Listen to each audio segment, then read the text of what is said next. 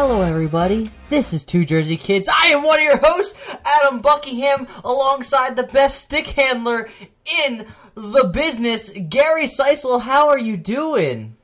I am very excited today because I have my new mic. You sound wonderful. It's been long overdue. I have this awesome mic. I feel like a radio broadcaster. Actually, funny enough, my dad actually, I was sitting here and he saw the mic and he's like, one day I'm going to walk in here, you're going to be sitting behind glass and just be like on air sign behind me, just going. Maybe one day I'll have a studio. Who knows? But yeah, I'm doing great. How about yourself? I'm doing well. I've always got compliments about my microphone that I have. I know when I was moving into the most recent apartment I'm in, my uncle was kept commenting. I was like, "Oh, I really like that microphone. It's got an old-fashioned vibe to it." I'm like, "Yeah, I'm pretty happy with it. It does its job." But this is episode 20 of Two Jersey Kids. Can you believe it? We made it 20 weeks. That's insane. This is episode 20 of Two Jersey Kids. This is a podcast where we release 2 episodes a week, one on Tuesday, one on Friday. This is the Friday episode where we break down the news that is going on in the video game industry. And there's some big news that happened this week. But before we get into it, make sure to follow us on Twitter at Two Jersey Kids. And if you're listening right now and you haven't rated us on iTunes, please rate us on iTunes or whatever podcast app service that you use. We would really appreciate it. It would help us in the standings of whatever standings that they go by with the ratings. It would be very beneficial to us, and we love all of you so much. We want to do something for you all in the future. We're still talking about it, but we'll figure it out. But before we get into that, Gary, what have you been up to? I've been playing a lot of Battlefield recently. I've been playing a lot of the medic class. I just find myself, I feel like that's more my style of gameplay. You get a lot of ranged weapons, and I don't know. I'm a pretty damn good medic. I'm rank 10 medic right now in terms of the kit rank anyway for that class. But I've been trying to actually level up my other classes, like my assault classes, support classes, which is kind of easier said than done. The assault class is a lot of close range, which is not really my bread and butter. So it's been pretty fun there. I've also been playing some NHL. I actually posted on my Twitter account last night. Yeah, I don't know why you tagged me on that, but that was cool. No, it's because it's the intro for me. The best stick handler in the business. You always say that. Oh! And never made that connection. I'm smart, ladies and gentlemen. Aren't you happy you listened to us?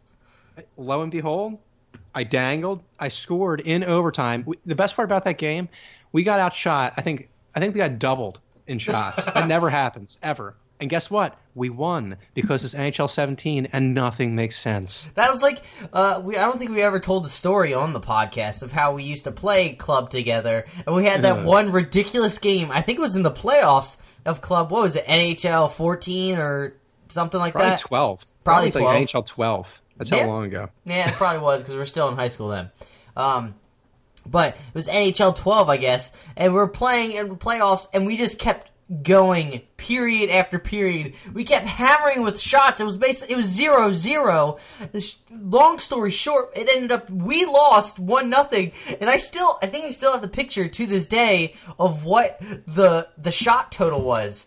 Do you remember that, Gary? I don't know what they had, but we absolutely had close to 70 shots. Absolutely. It was honestly the most frustrating game. There's been many frustrating games because that game doesn't necessarily reward you for actually being better than the other team. So I can only imagine. But I see you looking through your phone right now. Oh, I'm trying to find it. I definitely have it. I definitely have it. You should absolutely tweet that so people know. They know the struggle. Okay, hold on. I'm going to find it. I'm not going to... Well, I found it! Yes. We outshot the other team. We actually lost 3-2.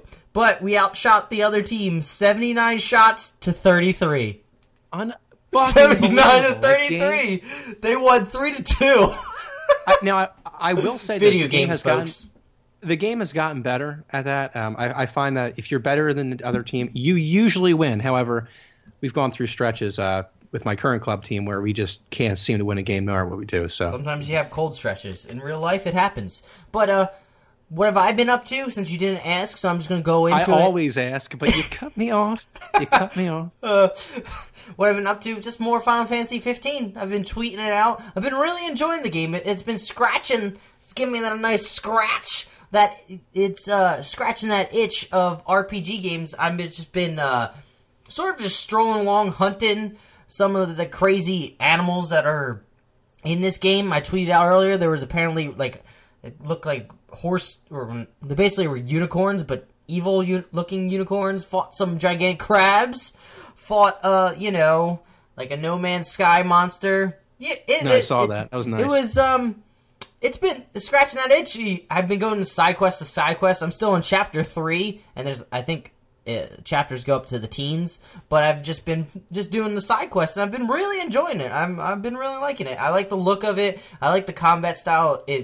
There's some difficult portions of it, but it's very straightforward and easy if you're not into the hardcore like JRPG style combat, which this is definitely not that. But yeah, I've been liking it. That's about it. That's all I've been playing. Just playing that and watching Netflix. The usual. Reading some books. Being educated. What'd you say? Sounds like my kind of day. Yeah. Shall we get into the news? Why are we... Stop interrupting me, damn it! Okay. Sure enough. Move on!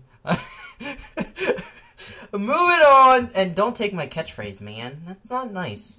Moving on. Xbox exclusive action game Scalebound has been canceled. Andrew Webster over at The Verge writes, this was a pretty big thing. I know a lot of people were hyped about it. One of the Xbox One's biggest upcoming games is no more. Today, Microsoft revealed that action game Scalebound has been canceled. Quote, after careful deliberation, Microsoft Studios has come to the decision to end production for Scalebound, end quote, the company said in a statement. The company has been in the works for the game has been in the works for more than 4 years and was being developed by Japanese studio Platinum Games, best known for fast-paced action game titles like Bayonetta and Vanquish. At Gamescom in 2015, Scalebound director Hideki Kamiya claimed that the game, which was to include features like 4-player cooperative play and massive boss fights, was the studio's biggest to date. Scalebound was scheduled to launch on both Xbox One and PC and was being published by Microsoft. According to a report from Eurogamer, last fall, several key members of the development team were forced to step away from the project for a month due to, quote, the pressure of the project's heavy workload, end quote. When they returned, the game was behind schedule and the decision was made not to move forward. Scalebound was one of just a handful of big exclusive titles due to hit Microsoft's consoles this year, alongside the strategy titles like Halo Wars, blah, blah, blah, blah, blah. As for Platinum, developers also working with Square Enix on the action RPG Nier Automata, which is scheduled to launch on March 7th, on the PlayStation 4, which I've been hearing good things. People have been playing the demo and also been tweeting about, apparently one of the characters shows off their butt a good amount in the game. But that's neither here nor there. What are your thoughts, Gary? Well, I haven't really... this isn't a game I honestly had been looking at too much, given the fact that it was an Xbox exclusive, but I was actually looking at some videos last night of this game, and the combat looked pretty cool. Obviously the guy has that like dragon kind of like scaly arm that he has that you can use like special powers with, and the combat looked really interesting. I'm not sure if it's necessarily my type of video game that I would be interested in or want to buy, but it's kind of got that I don't know, maybe it's my ignorance speaking, but sort of like a Final Fantasy type of look or like art style to it, I guess.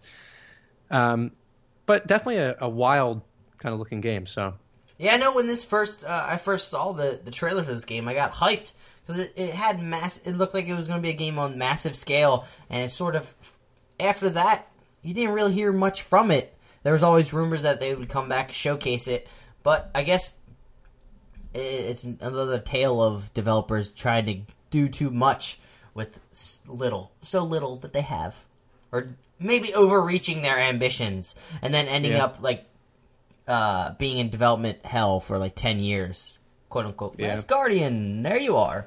Oh, and Final Fantasy 15. It's always the time constraint for the most part.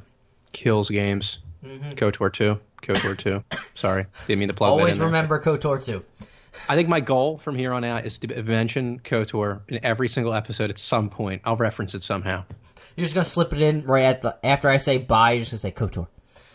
Indeed. Platinum Games ended up giving a statement on Scalebound's cancellation. ONS Good over at Polygon writes, Platinum Games has given a statement on the cancellation of its ambitious Xbox One and PC project Scalebound. While it apologized for the project's termination, it doesn't give a reason why.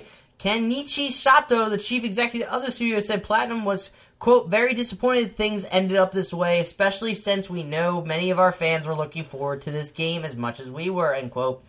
So, like, have you been seeing if people have been upset about this game? I know a lot of people have been retweeting it. It seems like a large story. I feel like people were excited. This seemed like an RPG game for Xbox One, which they don't get too many of them, exclusive anyway, nowadays. You know? Yeah, I mean, like I said, it was an Xbox exclusive. It wasn't something that I was obviously going to be able to buy.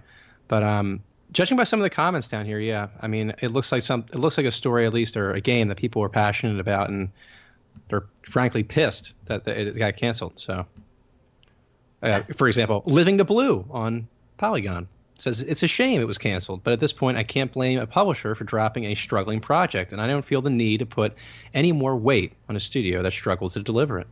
Well said, sir. Yeah, or they just keep making the project and never ever canceling it until 10 years later, and you get The Last Guardian, which became apparently a pretty average to above average game. I don't know, haven't played it because it doesn't seem like my cup of tea. But you brought up a good thing or a good idea about previously canceled games that had a lot of hype to it and kind of sad history of canceled games. And we're gonna run through the list, shall we? Maybe if any of them like actually hit a heartstring, if I ever really remember them. Some of them I don't remember, but. Oh, yes, a lot of them I don't, but there's a few that you'll know I'll be commenting on. So, take the wheel. Oh, I can't wait. First one, Doom 4. Doom 4 was officially... Oh, this is over at GameSpot. They have an article because of the Scalebound. Doom 4 was officially announced in May 2008 after former id Software lead developer John Carmack teased it at QuakeCon. The game was detailed the uprising of hell on Earth and that it would lead to follow the style of early Doom games. While the game was affirmed to be in active development in the years that followed, little was shown of the game, which led gamers to speculate about its development cycle. Interviews from key members of the team revealed that Doom 4 changed directions as development progressed, taking on heavily scripted qualities akin to Call of Duty franchise. This build was scrapped in favor of a series reboot in 2012, which became 2016's Doom, which I think was a good decision. Yeah, I mean, I don't know if this is really like... I guess this can be part of the list, but judging by how the new Doom game came out, I don't know if it's really a sad tale. I mean, obviously it was for the better, at least from what I've heard. I was actually thinking about buying this game or buying Doom, but I never got around to doing it. But maybe I should take a gander. See, they announced the game in I keep saying 2008, but 2008. They canceled it, brought it back up, started up in 2012. And you know what? It released 8 years, basically 8 years total, where they made one game and then made another. Where, again, I come back to let you, Last Guardian. What the fuck happened? I really want to know what happened to that game. I'm just really curious what the heck happened in that game. Moving on, Star Wars. The next on the list is Star Wars 1313. I'm sure this was close to your heart. Star Wars 1313 was an action-adventure game set to be a gritty take on the Star Wars universe. By the tail end of its development, it was going to follow the exploits of a young Boba Fett, exploring an underground area of Coruscant known as Level 1313. But when Disney purchased Lucasfilm, it made the decision to change the Star Wars franchise's position from internal development to a licensing model for Star Wars video games. As a result, on April 3rd, 2013, massive layoffs were made to LucasArts and all projects were canceled, including Star Wars 1313. I was really upset about this cancellation because I know this actually kind of I was excited. It was like a gritty version of Star Wars set in one area, contained story. I don't know. It kind of reminded me a little bit of the game that here, like a guilty pleasure. I don't know if it was any good to other people, but I really liked the Star Wars game Bounty Hunter. Do you remember that game? I never got around to playing it, but I think I'm not sure if it's one of the games that a lot of people like, but I know I go enjoyed that, so I was looking forward to this and being like a gritty bounty hunter that's like on the gray area, kind of like a badass, Star Wars character. Yeah, I am. I had looked at this game. I remember watching. I think there was a trailer for it, and I thought it was gonna be really cool to play. Anyone that knows, I'm a huge Star Wars fan, so anything Star Wars that comes out in video game form, I will most likely be buying. But Star Wars seems to have some bad luck with video games. A lot of these games are just getting canceled. KOTOR 3, it's another KOTOR plugin. Oh my god. But I will say this, though. The whole Boba Fett thing is extremely overrated, in my opinion. I don't think... Like, look, he's a cool character. He looks cool. He's coming out swinging.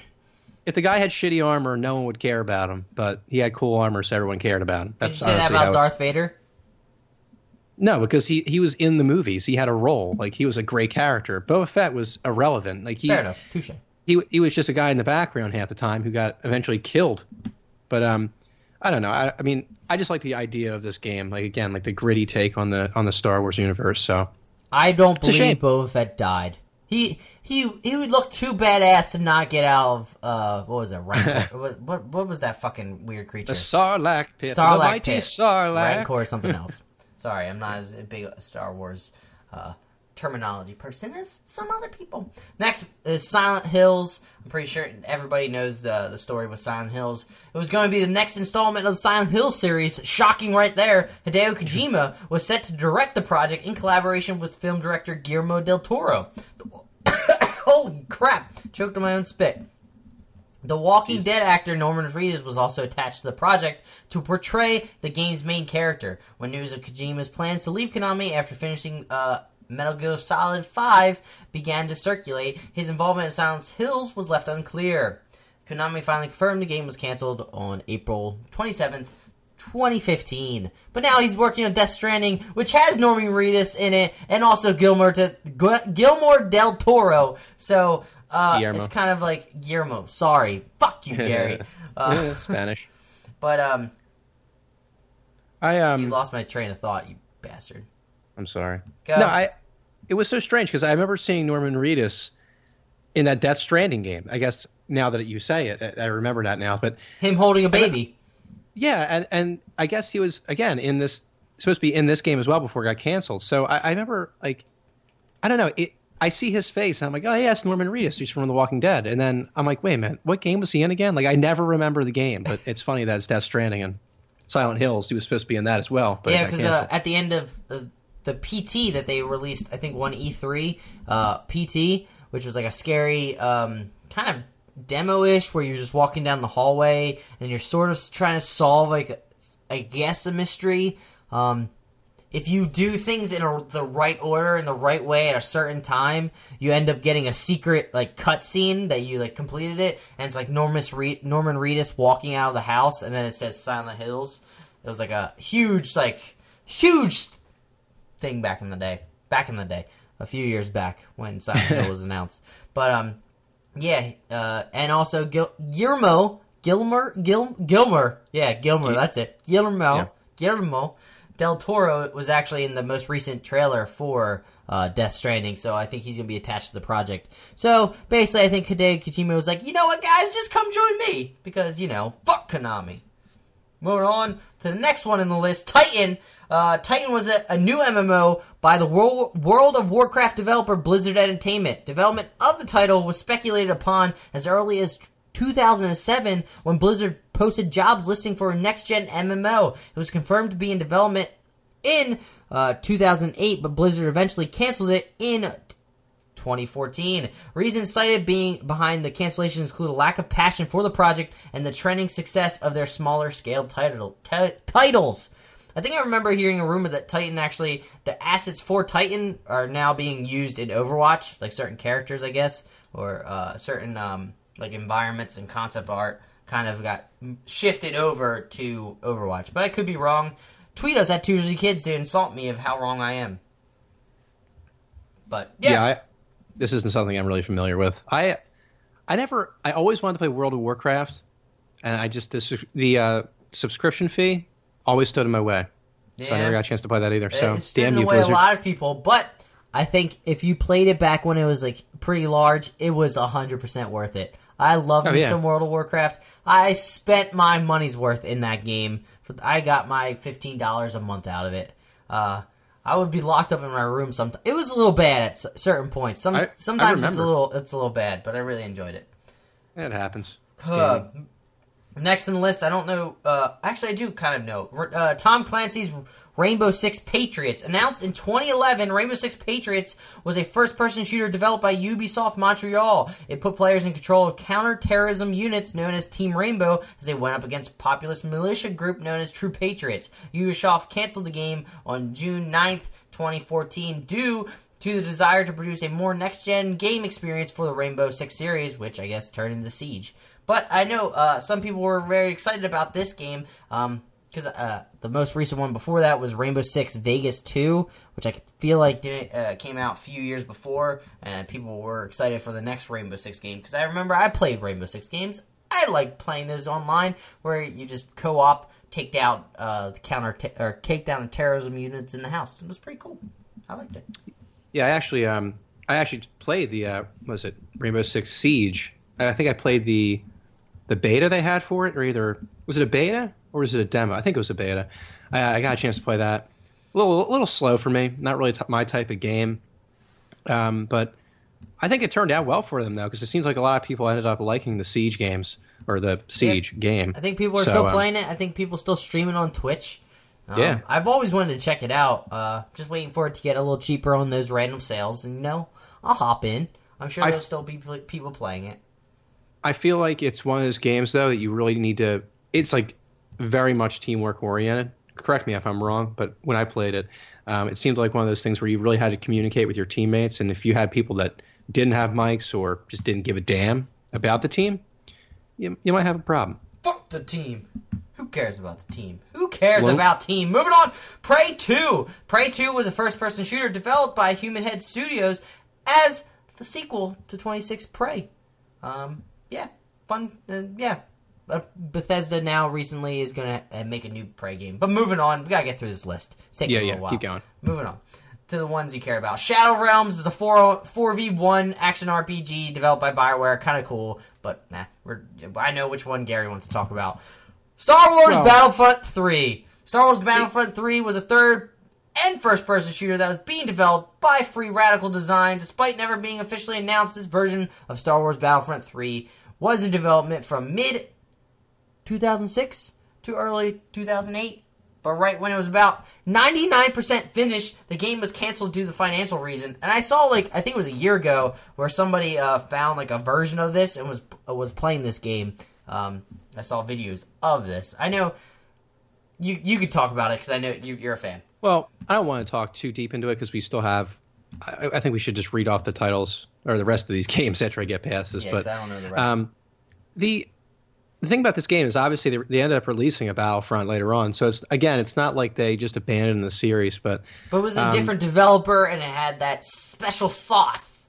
Yeah, the original Battlefront games, for anyone that played them when they were, in vogue, so to speak, those games had a certain, charm about them. I remember just playing instant action or even the conquest game modes, and there was just a different vibe to those games. I felt like the game, it just felt deeper. And obviously the new games, they don't have the single player element, or I think they might have added that in later on. I'm not really too familiar with it. I frankly haven't touched Battlefront since I got it last Christmas. So, but yeah, I mean, it's a shame, I guess, that Battlefront 3 didn't come out, but people ended up getting Battlefront eventually, even if it didn't turn out to be what they wanted. It just took a long time, 7 years. And I have heard that Battlefront 2, they're actually working on that now, is going to be a more improved version. They seem to be really committed to delivering on... I hope so.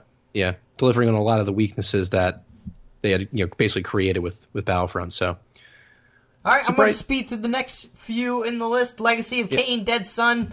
Things happened with that game. Fez 2. I know a lot of people were hyped about Fez 2. People loved the original Fez. And unfortunately, I think due to issues with people on Twitter and journalists, the creator of Fez got a little pissy and decided to never make Fez 2. Then you got Dawn Gate, the MOBA apparently. I don't know. World of Darkness, a vampire-themed MMO. Looks kind of cool. Fallout Online, classic one. I don't remember hearing about that. BioShock for the PS Vita. Now that one really irks me. I know there was a lot of rumors going around for BioShock for the PS Vita. That could have saved the Vita, if you want me to be perfectly honest. I don't know if it could save the Vita. I mean, really, Sony sort of put the nail in its coffin a long time ago. But BioShock for the Vita would have been really cool. They got Borderlands 2 on it, so BioShock could have went on the Vita. I'm sure I would love to take that on the go. What's the next one? NBA Live 13. The one before that was garbage, and the next one that finally came back out was garbage. No one was hyped about that. Mega Man Legends 3. I'm sure people were hyped about continuing the Mega Man Legends series, but I'm not too knowledgeable on that. And that is it. That is it. I'm sure if we scrolled down, there'd be more people upset about games canceled. But we have more topics to get into. We only are on one. Ladies and gentlemen, that's section 1 of our podcast. Now moving on to the next 8 sections. This is 2 Jersey Kids for you. Get used to it. Time management. We're not good at it. Moving on, Nintendo Switch accessories from Hori Leak include an arcade stick, Joy-Con charging dock. Chris Pereira over at GameSpot writes, a number of Nintendo Switch accessories from third-party peripheral company Hori have seemingly... Stupid pop-up ads have seemingly leaked just days prior to the system's full reveal. As shared on Twitter by user DroidXAce via NeoGaf user Yoonshik, most noteworthy of these may be the €150, about $158, arcade stick. These are primarily associated with fighting games, of which none have been announced for the Switch so far. If accurate, this may suggest that at least one is on the way. Nintendo's plans to showcase many of the system's games during the presentations Thursday and Friday, which I'll be on a flight Thursday night, so yay to that. I will miss it, so I'll have to catch up, and we'll talk about it next week. Sorry about that. Other accessories from Hori include a dock for charging 2 sets of Joy-Con controllers, analog stick grips, trigger attachments, a stand, an Ethernet adapter, and a car charger. There's also a Legend of Zelda Breath of the Wild skin set for decorating the Joy-Con gripped and system dock. Additionally, Hori will offer its own wired version of the standard game controller with what looks like a monstrosity of a D-pad. The D-pad in this looks insane. It's ginormous. It's a little ridiculous. It kind of reminds me of the clumsiness that was the original Xbox controller. Does anything interest you of all those leaked things of what you would be interested in? Maybe the skin? I know you really haven't been big on it, but I always like the charging stations. I think it's just convenience for me, but that's something that I personally would purchase, I guess, if I was going to be buying a Nintendo Switch. I just like being able to just kind of like have a controller in my hand, charge the R1. As soon as this one dies, I plug that into the charging dock, and so on. So that would be the one thing for me personally. Exciting. But everything news. else looks nice. Yeah, it does look nice, but I'm just going to move on. Nothing really excites me too much, and that's all this podcast really matters is what I care about. Just kidding. It's all about what everybody cares about. But exciting thing for the Nintendo Switch, if you are going to pre-order the Nintendo Switch, which I think you can do this upcoming Friday, if I am correct from what I was seeing. Apparently, Shovel Knight is coming to the Nintendo Switch, which is exciting. Yaka Games has announced that Shovel Knight is coming to Nintendo Switch. Andrew Goldfarb over at IGN writes, in addition to the main game heading to the new platform, Yacht Club confirmed that upcoming new game Spectre of Torment will also be headed to the Switch. But that's just one part of the new plan for Shovel Knight moving forward. Yacht Club is now referring to Shovel Knight as Shovel Knight Treasure Trove, an all-inclusive title for the overall game. Anyone who currently owns Shovel Knight will now automatically own Treasure Trove, which will receive upcoming campaigns and updates for free. However, players will now also have a new a la carte option for purchasing the various campaigns for Shovel Knight individually as a standalone games on PS4, Xbox One, PC, or Switch. So that's news all wrapped into one. Shovel Knight is coming to the Switch, which is exciting. I had Shovel Knight on the Vita, and I really enjoyed playing it in different areas. Taking it while I was traveling, while I'm sitting on the couch watching something else, while I'm, going to the bathroom, because, that's what most people use mobile gaming devices for, obviously. You zoned out hardcore on that, Gary. Dude, well, part of the reason is because none of these damn sites are coming up. Either that or I get, subscription fees and shit. It's driving me crazy right now. Gotta get that ad block thing going on. Yeah, apparently so. But, yeah. I mean, then again, Shovel Knight. Not necessarily my thing, but it looks pretty cool, though. I feel like you would enjoy it. It's a very straightforward game. Yeah. I really enjoy Shovel Knight. I love the pixel art in it, and I like the simplistic game design of it. Going back to old, traveling through different areas, different stages, a la Mario 3, and then 2D action platforming, kind of Castlevania, Metroidvania style. It's pretty. I liked it. But moving on to a kind of an interesting article that I found while searching for articles for this podcast. Apparently, a hacker publishes 1.5 million users' information after esports site refuses ransom demand. This is an article by Owen S. Good over at Polygon. Personal information for more than 1.5 million accounts maintained by the Esports Entertainment Association was stolen and published online after the company refused the cyber ransom demands of hackers, the ESEA confirmed yesterday. ESEA has been updating its community in a timeline of events dating back to December 27th and recommends that users change passwords and security questions in all other accounts where they use the same credentials. The information was published on Saturday, apparently, after the ESEA refused demand for $100,000. Over the weekend, the breach notification leak source announced the addition of 1.5 million records from the ESEA to their database. In an FAQ, the ESEA says compromised information associated with those accounts includes, quote, usernames, emails, private messages, IPs, mobile phone numbers for SMS messages, forum posts, hashed passwords, and hashed secret question answers. That's pretty insane that this site got held up for ransom. And people will do anything for money nowadays. Well, see, the thing is, they're in a really tough spot because obviously they don't want their customers' information to be posted online, but at the same time, if they were to cave to this guy, it would show to other people, oh, well, if we do the same thing, we're going to get paid out. So it's kind of a damned situation. If you do, damned if you don't. Yeah, exactly. Yeah, so you're kind of screwed either way there. But and then when it comes to this, you're now associated with this situation that did happen. You're now associated with, this site has now got hacked. Even if there was a ransom that you could have paid, you now have that stigma that kind of like Yahoo has when it announced 2 years later that millions of accounts were compromised. Yeah, I really can't stand. Not that this is like the same thing, but this kind of reminds me of that Lizard Squad and all the DDoS hackers and everything. I just can't stand these people that are just out there for just either the fuck money, with people. Yeah, either the money or the fame, and not really the fame, but just the notoriety of this person hacked this company, and everyone they're basically in for publicity basically, but it just drives me crazy. I can't stand that. It's really shitty for the entire industry, frankly. Yeah, fuck all those mutant lizard people. Who needs them? Who needs them? No lizard people.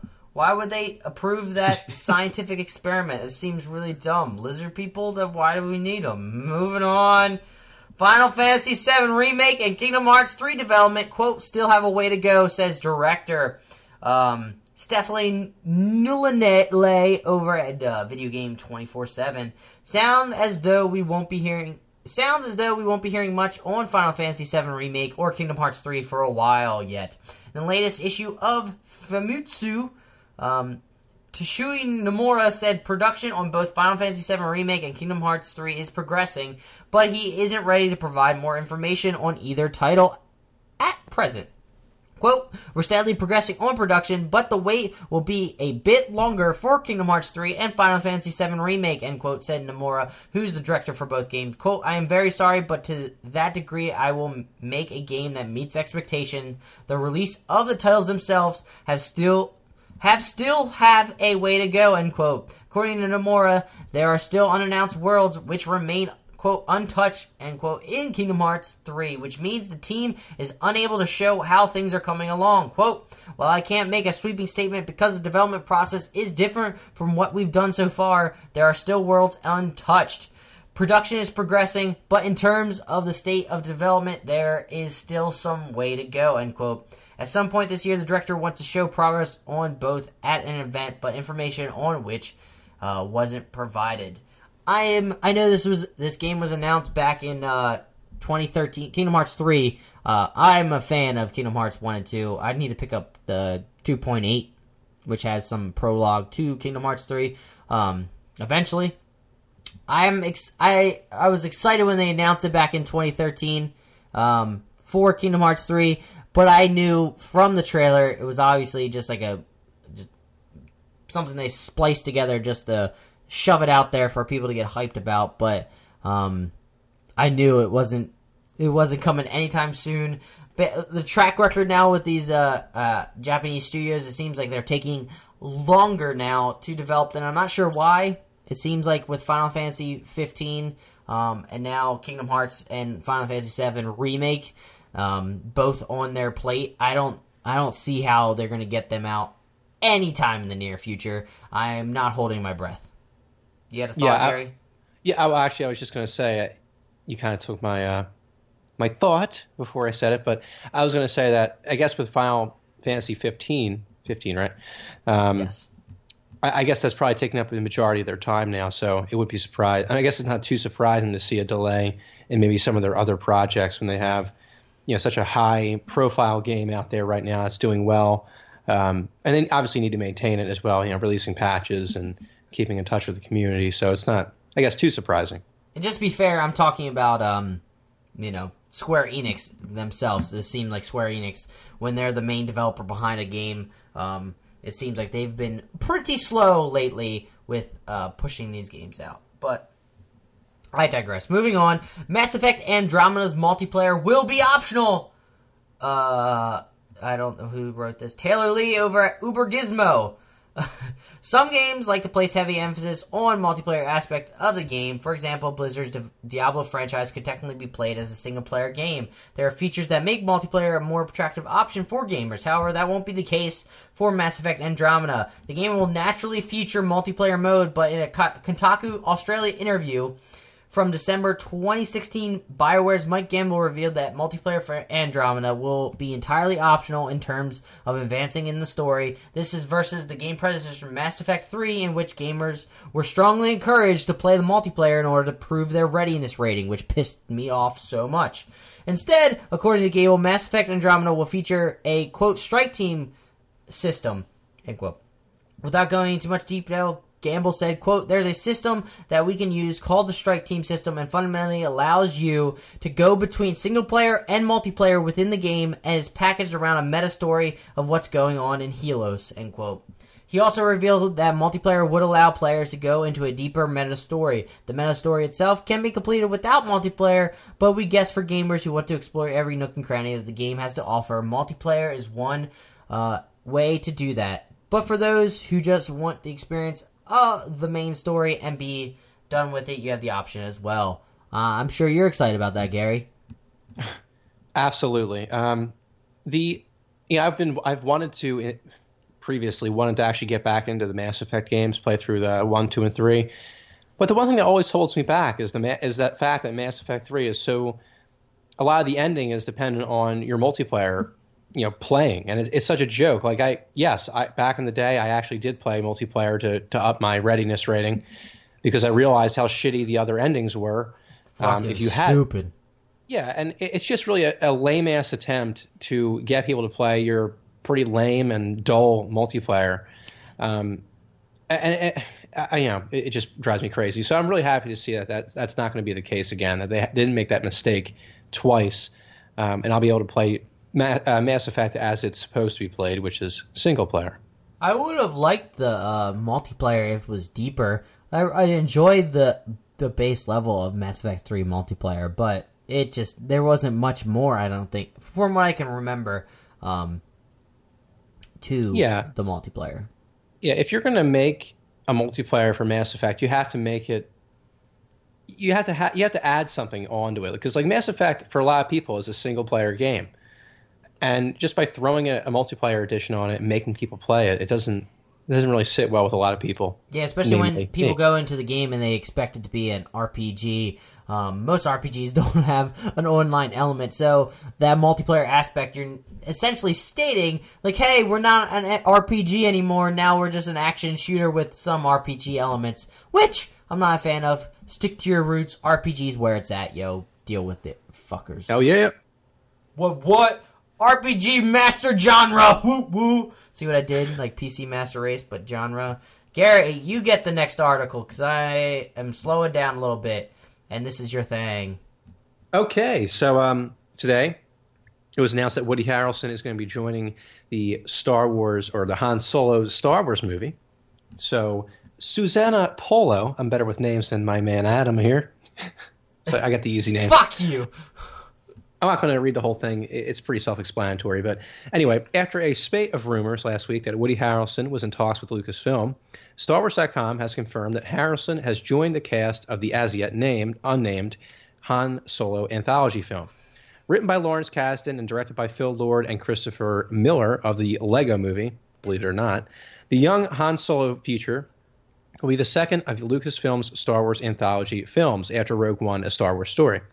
That is, it will not play a role in furthering the overarching plot of the three main Star Wars trilogies as they focus on the Skywalker family's role in the rise and fall of the Empire. So, interesting thing. So obviously, it's Woody Harrelson, Emilia Clarke, and Donald Glover. They're kind of like, I guess, the big names in this film right now. Kind of a strange collection of actors, in my opinion. I mean, Emilia Clarke, obviously, you always know for Game of Thrones and the fact that I want her to be my future wife. But fair enough. I think everyone does. Exactly. Now, quick question. I digress. Do you prefer her blonde or her brown hair? Like when she's like, well, her blonde hair, it's more silver in Game of Thrones. But which one? Like, I like her. I think she looks great in both. I don't know. Yeah, either or. I mean, I like the blonde hair looks nice. I'm a blonde person though. Blonde looks pretty nice. I'll say that. Better. I think I like it better on her than the brown, or brunette, if I may. Yeah. But this Han Solo. Back to the actual topic here. The Han Solo movie is kind of an interesting thing because I don't know. I mean, I'm excited for it because it's a Star Wars movie, but I don't know what they're really going to do with it. I mean, it's like we've already seen Han Solo when he's younger, and that was in 4, 5, and 6. What How else old is there is he to supposed to be in those games, in those movies? In the original trilogy? Yeah, I'm not really sure, to be honest with you. I'm not really sure. Mid-30s? Early 30s? I would say so, because he was probably about that age then. If not, maybe like in his mid-20s to 30s. But isn't it supposed to be like a buddy cop type thing with him and with Han Solo and Lando? It possibly. I mean, I guess that's something they could do, but... Because I think Danny Glover, is supposed to be Lando Calrissian in this upcoming movie. It's just such an interesting way, because like with how Star Wars has been in the past, they've always chosen like kind of unknown to like kind of like on the fringe type actors. I mean, like what they did with Episode 7. Exactly, and it's always kind of worked out for them in some ways. So it's interesting to see them using actors that are really well known in other roles. Like Emilia Clarke, obviously, is a major character in Game of Thrones. She's not a fringe character at all. So it's going to be interesting seeing her in a Star Wars movie, or seeing Donald Glover. And I've heard his rap songs. Like, it's just going to be weird seeing him in a Star Wars role. So I'm interested to see how this movie comes together. Like I said earlier on Twitter, it's just an interesting group of actors. So we'll see. We shall see. We shall see. Sorry, I know this is a video game podcast, but we like Star Wars, so we're just throwing a little trickle in that. And now we're moving on to Game of Thrones, just because I'm a fan of that. But the article that was released over at IGN by Terry Schwartz, stating that George R.R. Martin thinks the Winds of Winter release date could be could being the big word there in 2017. The main key points here is that George R. R. Martin expected the book to be done by October 2015. Obviously, that did not happen. And now he still. Dance of Dragons came out in 2011. It's been 5 years now. Nope. 6 now. I think he wanted to get it out previously to season 6 of Game of Thrones. Hopefully he'll get it out before season 7 of Game of Thrones. I'm not really holding my breath. He wrote such an expansive universe with the books. He expanded on it, and now it seems like he's having difficulty trying to tie it all back together because he had so many intertwining connections going on, and it just seems like such a difficult task now to tie all the loose ends of everything that he's opened up with all the different prophecies. I don't know when he's going to release this book, and then he's planning on release the final book afterwards. I don't know how we're ever going to see this before 2030, and maybe George Railroad Martin will make it then. I don't see him lasting to 2030, not going to lie, because I'm pretty certain he's a old dude and doesn't have too much left in him. I think this is almost like a cautionary tale to any TV show that wants to base itself off a book series that isn't finished, especially something like this. Because with Game of Thrones now, they've had to go off kind of like they're basing things off the book, but also kind of making things up, if I remember. And a lot of things that happen. I personally never read the books, but I've heard from people. So don't take it as I've read the books or anything. But if he says something wrong, fucking tweet at him at RealScamJ18 and roast just destroy him. But yeah, I mean, God damn it, you ruined my train of thought. I just did it to you earlier. You're doing it to me. Yeah, payback's a bitch, motherfucker. But yeah, it's gonna be interesting to see how they end the show now, since they're making up some stuff and kind of just basing it off the book and not necessarily, using everything word for word. They have the Spark Notes version of it. They've interacted with Railroad Martin, and I don't know. I feel like I don't know how the public would react to this, but I feel like it's coming down to the time where he needs to invite other writers to help him, at least with this final book, to get this done, to help speed the process along, especially if he doesn't make it to the end. He needs at least some author to finish it, because I'm sure people will be rather upset if their story is not concluded in book form. Well, you know what, though? I mean, that's true, but I don't think someone like George R. Railroad Martin, apparently, I don't think someone like him, an author of his caliber, would want someone else writing his story, though. That's the only problem. Well, I'm sorry. You fucking lost that privilege when it's taken you fucking 30 fucking years! Oh, yeah. It's just so easy to just write these ridiculous, deep novels. It's not my fault. It's not my fault. He was cranking out the first 3, took a hiatus for this 4th one, then a 5th one, another hiatus to 2011, and then now 7 years. Not 7 years. 6 years! Still nothing! He's getting so much money from the Game of Thrones, like the royalties and all the payments, that he's just going out on crazy vacations, not actually writing anymore. It's like, fuck this. Yeah, I think I remember hearing a report back like a few years ago when he was trying to write this book, and he was saying like he was struggling so much he was only getting like 300 and some words like a day. It's like, wow, that's like, oh my God, that's a page. That's terrible. That's a page. That's one page. That's gonna take forever. But I could be just like wrong. Wrong. I don't know. Moving on to our weekly golden cartridge segment that we do enjoy, bringing light to all the crowdfunded and indie projects that are going on over at goldencartridge.com. Check out the site. They do really good stuff there. But this one is a Steam voted game called Mars Underground. It was greenlit Ryan Donovan over at Golden Cartridge basically writes all these articles, but he writes here. Ever feel like you are just stuck in the same day over and over, where the Mars Underground Greenlight campaign knows that a little too well? It's Mars' first day at a new school. Only one huge problem. Every day is his first day at a new school. To make things even worse, every night the world ends and just seems to restart. Welcome to the Mars Underground Greenlight campaign. The game is being created by Matt Sanderson and is heavily influenced by classic LucasArts games and movies like Groundhog's Day and Donnie Darko. Every ending only leads to a new beginning. Literally! Mars Underground is an apocalyptic adventure game in which the player relives the same day over and over. Why do you ask? Actually, that is for you to find out. The game is built around a shroud of mystery of why. Is everything predetermined in this world, or is there a bigger picture we are just missing? Should we have taken those prescription drugs, and why the hell is the toilet talking to me? All these mysteries will be yours to solve, or not, depending on how you want to play the game. With all this time, craziness going on, story arc, and ultimately the ending will change as you progress.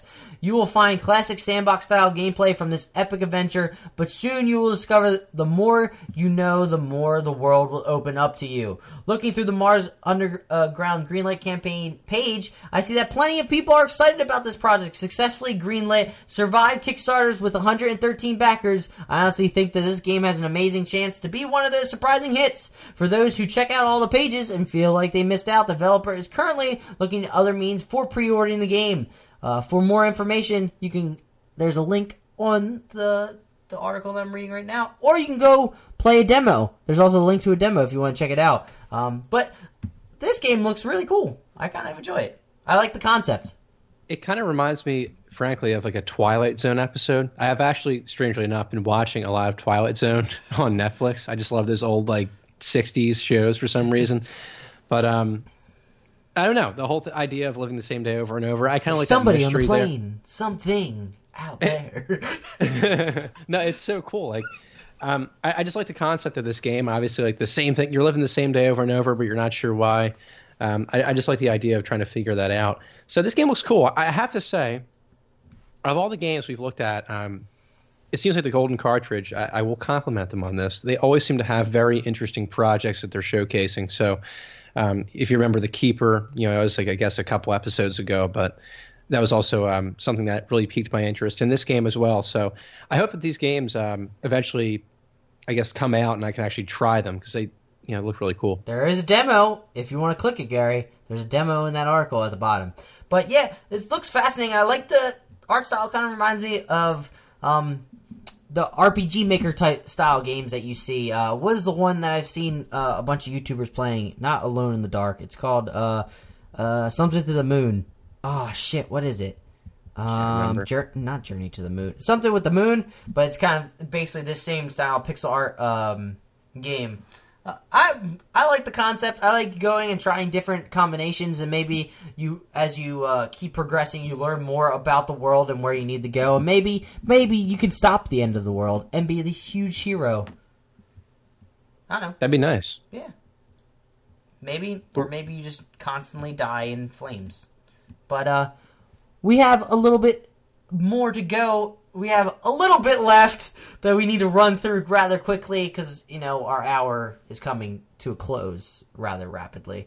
But we're going to look into the exclusive titles for the PS4 and Xbox One, and eventually when Switch, has a list that have been confirmed for 2017. First, we're going to start off with, which one should we start off with, Gary? Your choice. Well, I did click on the PS4 exclusives first because I am a PS4 owner. So let's do it. Get there.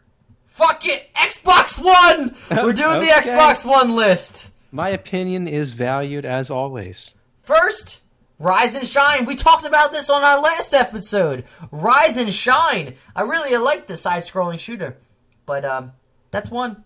Next on the list, Halo Wars 2. Halo Wars 2 is a real-time strategy sequel to 2009's Halo Wars that follows Captain Cutter and his crew as they face a strong enemy brute faction called the Banished. By the way, both of these lists are on GameSpot, so we're not taking this, and this is not our list.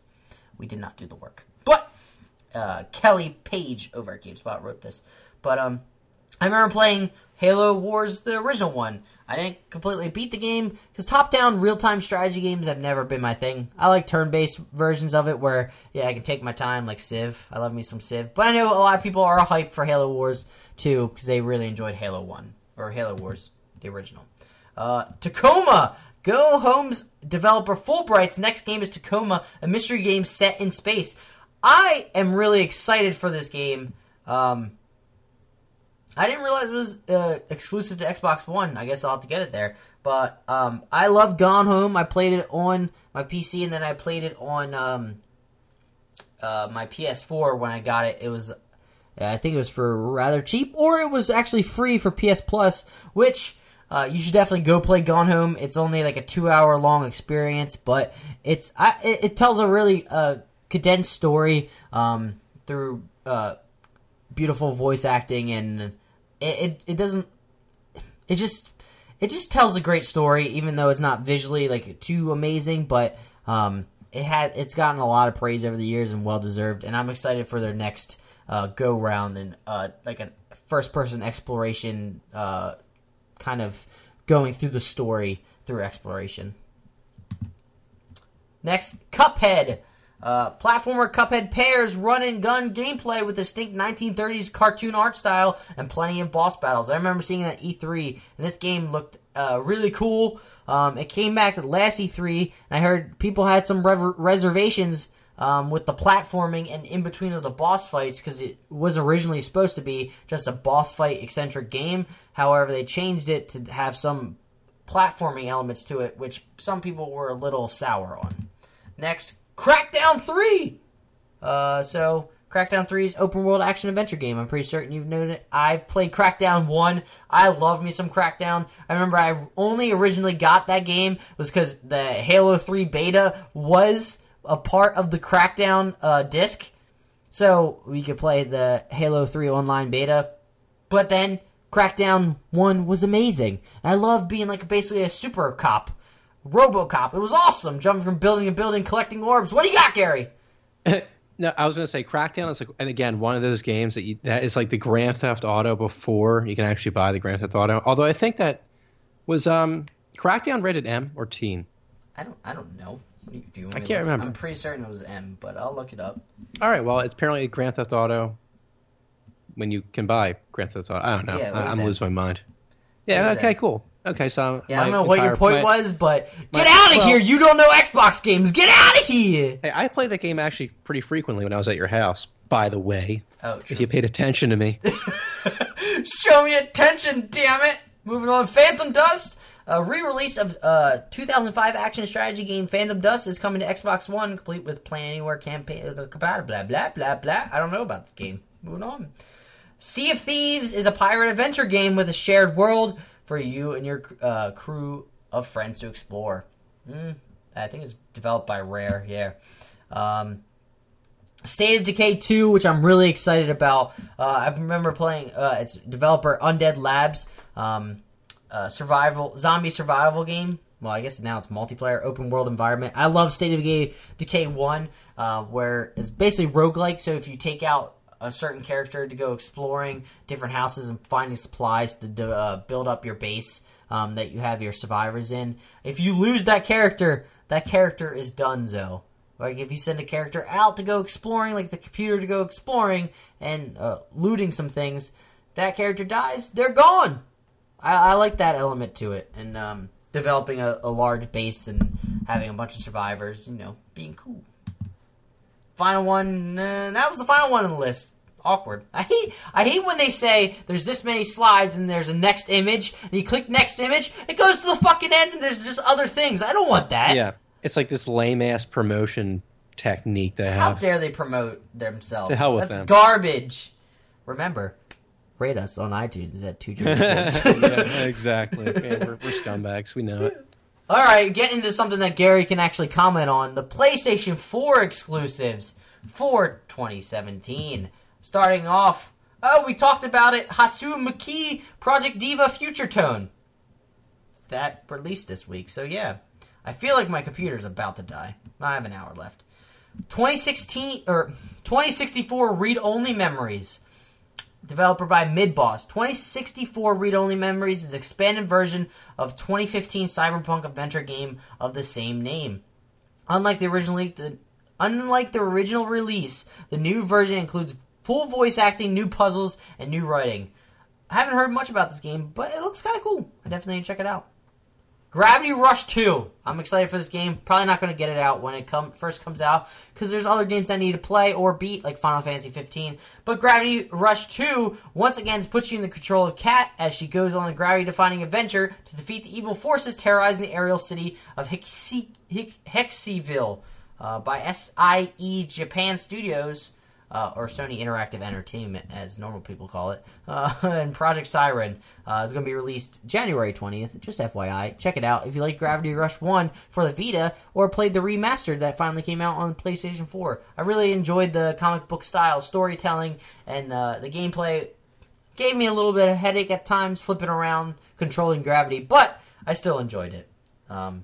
Gary still has yet to comment. What do you know? Yeah, this is the game that I need to get. A lot of these games on this list, in my defense, are games that I have really no idea about. So forgive me, listeners. Already confirmed. You gotta broaden your horizons to not Destiny and Battlefield 1. First of all, I haven't played Destiny in like 3 weeks, so get no off excuses. My case. Get off my case. Kingdom Hearts HD 2.5. It gives you things. It's coming out January 24th. And Tales of Berseria is an action RPG. Tells the story of ill-tempered Velvet. I know people love these games, but again, I just insulted Gary for broadening his horizons, but yet I have no idea what these games are. Well, I've heard good things about these games, but I've never played them.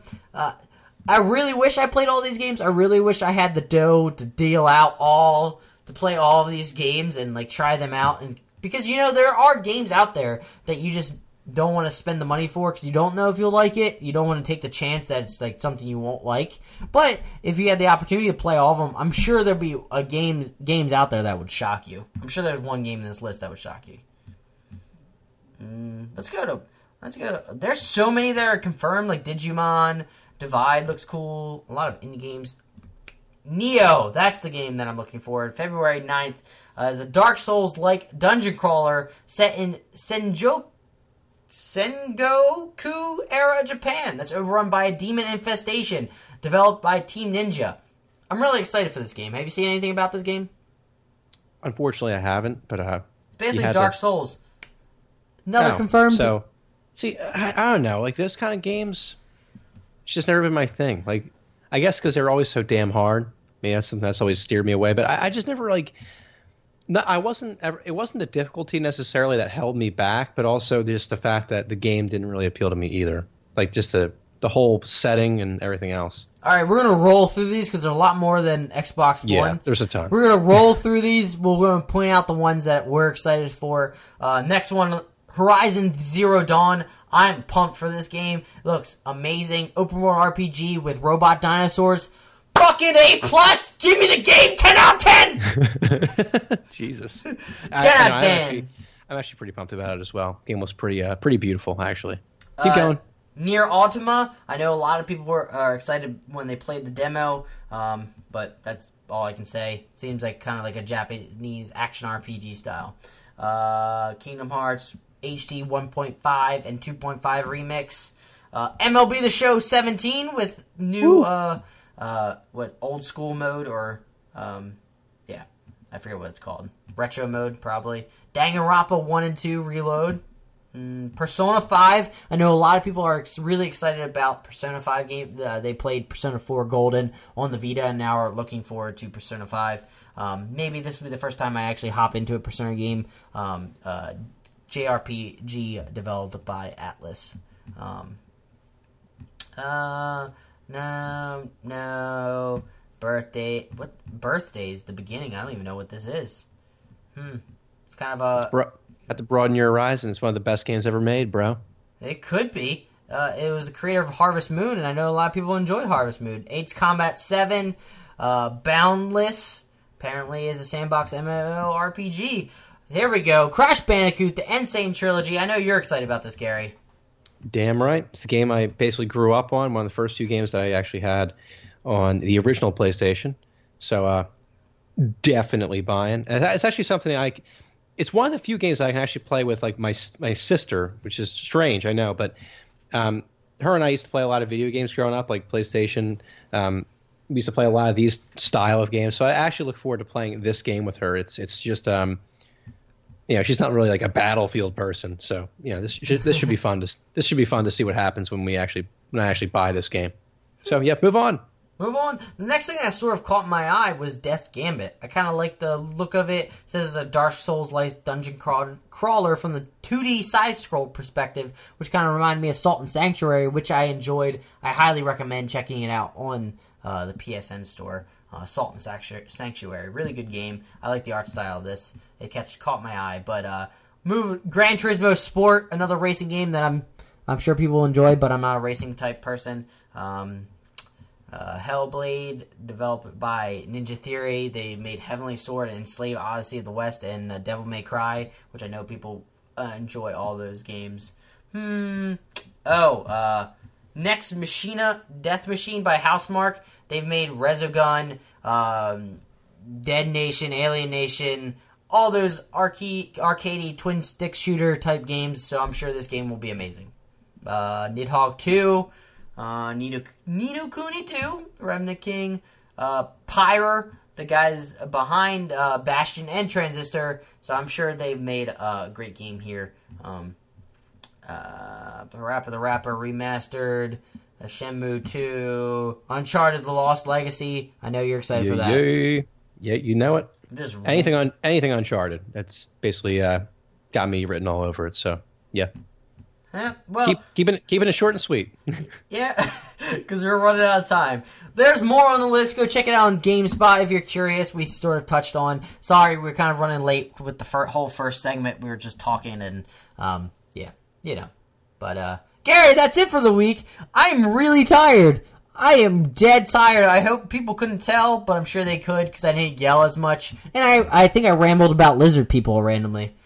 Yeah, that was a little bizarre. I'm not really sure what that was all about. Don't judge me. Don't judge my ways. We have hundreds of listeners for a reason, Gary. It's because of my goofiness. They enjoy the randomness. Actually, they may just say, fucking shut up, Adam. Let Gary talk. Who knows? It's probably the case. Tweet us at Two Jersey Kids to let us know what is the case. But that has been episode 20. Shockingly, we made it 20 weeks. Thank you again. If you are a concurrent or continued listener, we appreciate you so much. Please go rate us on iTunes if you haven't. It would help us out a lot. If you're a new listener, we appreciate all you new listeners. We just want to keep growing as a podcast. Just grow slowly and steadily. Not trying to rapidly expand anytime soon. We're just, making our way up. Making our way downtown, walking fast. Oh my God. And I'm homebound. Now I need you. Gary, say something before we go. It's been awesome. I can't reiterate enough how much I love this new mic setup. I feel like I'm seriously like a radio broadcaster from the 1950s. This thing's amazing. But anyway, really excited. I was talking to Adam before this podcast actually started, and I'm really trying hard to come up with something additional to this podcast, some other segment of this podcast that I can touch more upon week to week. Just something I can call my own. Wait, Gary, weren't you supposed to do something this week? Well, I was, and it's getting a little late now. But I was going to do I'm not going to do it this week, but I'll do it the next episode. Teaser! So I'm basically going to be doing sort of like a fun fact this day in history from here on out. So that'll be one of the things. But I want to get something a little more in depth going forward. But for another time, I got to keep thinking about it. So that's all I got to say. It's been great being with you guys again. Thanks for listening. Keep following and keep up with us. Thanks a lot. All right, guys. Again, thank you so much for being here. Keep on keeping on. We love you all so much. Peace out. Bye.